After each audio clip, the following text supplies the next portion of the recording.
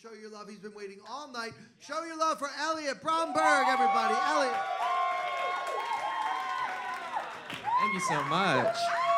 I'm an IVF baby, in vitro fertilization, and my parents just revealed to me that they actually used an egg donor to have me. So my mom who raised me is not my biological mom. I actually thought that might be cool. I thought there'd be an interesting story, and I asked them, I said, how did you pick a woman to be an egg donor? And they were like, yeah, we just kind of picked someone who looked like your mom.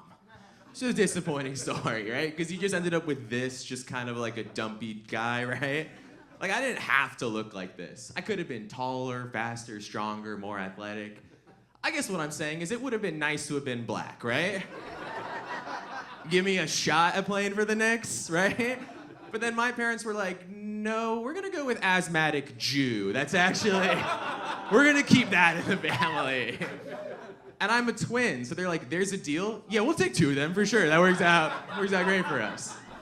This is my body. I try to take care of it. I have lost like 30 pounds in the last year and a half or so. It was hard to get that started, mainly because I like doing drugs and I hate working out. I did learn a cool health hack, though, that I want to share with all of you. Next time you're at a party, as long as you alternate bumps of cocaine and Xanax, technically, as far as your heart is concerned, that is interval training. So, don't I look pretty good? Health journeys are hard. And I think it's because a lot of us, we try to make huge lifestyle changes. Really, you gotta set small rules that you can stack, right? So a rule that I set for myself that worked is I actually only do drugs now as long as someone has offered me the drugs first. I'm calling that hot girl policy. We got any hot girls in the room tonight? Not really, no, huh? This is a pretty full room on a Wednesday night. Is this a room of the least confident women in Manhattan? My friend took me to a comedy show, I know what I am. Like, is that?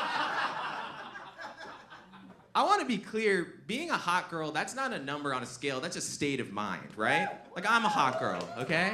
I do hot girl affirmations every single day. Feels like maybe we could just use it as a crowd. Could I teach you guys some affirmations really quick? Everyone just repeat after me, okay? I am strong. I am strong. I am loved. I am loved. In Chicago, I would be a 10. In Chicago, I would be a 10. Does you feel a little bit better right now? Anytime I feel bad in New York, I'm like, at least it's not the fucking Midwest, right? Anyone in here from the Midwest? Yeah, there's like some uggos in the back of the room over there. Ugh, thank God the lights are off, yeah. I have lost a lot of weight. I do have to go to a bunch of like beach bachelor parties this summer, and I'd like to like tighten up, lose another 10 pounds, and I've been struggling with that, and I've been trying a lot of things, and then unprompted, my girlfriend goes, you could just stop eating so fast. And I was like, what? And she was like, well, what happens is every time you eat really fast, and so then you don't know when you're full, and then you eat too much, and you're not losing any more weight. And I gotta say, it's really humbling to find out you have the exact same problems as like a neglected shelter dog. I was like, oh, that really puts things into perspective a little bit. And I said that to her, I was like, do you think I'm a neglected shelter dog? And she's like, now that you mention it. She goes, between that and barking at every Puerto Rican you see, we got a couple things to work on. That was crazy. I did go to the doctor for the first time in a while, and something that I learned is if you go to a teaching hospital where they teach med students, you can get procedures done for way cheaper than what your insurance would normally cover. So I went to a doctor, I was in the room, the exam room, an older physician walks in, he's with 5 med students. What they don't tell you about that is because it's a teaching hospital, sometimes they're just gonna give you procedures that you do not need. So I'm 28. I need, at my age, 0 prostate exams. What I got that day was 5 prostate exams. It's like a couple more than I wanted, I think.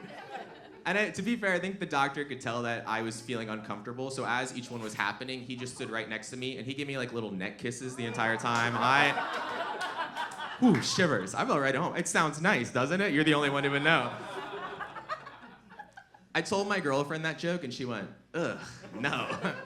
But she did say, she was like, if that is something you're into, I could do that for you. So we've been role-playing recently. It's like a doctor-patient scenario.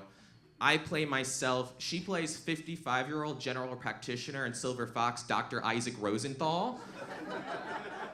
I'm not gonna lie, it's pretty hot. It's pretty cool.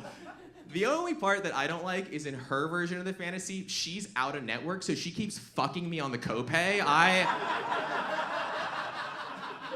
I owe her a lot of money. Our anniversary's coming up, our 4-year anniversary. We have what I would describe as a very modern relationship. And what I mean by that is she makes more money than me, and people think that I might be gay. I'll give you guys an example. For New Year's, we were at a club. A guy tried to kiss me. She paid for all of our drinks. It's pretty cool. All right, I'm Elliot. Thank you guys so much.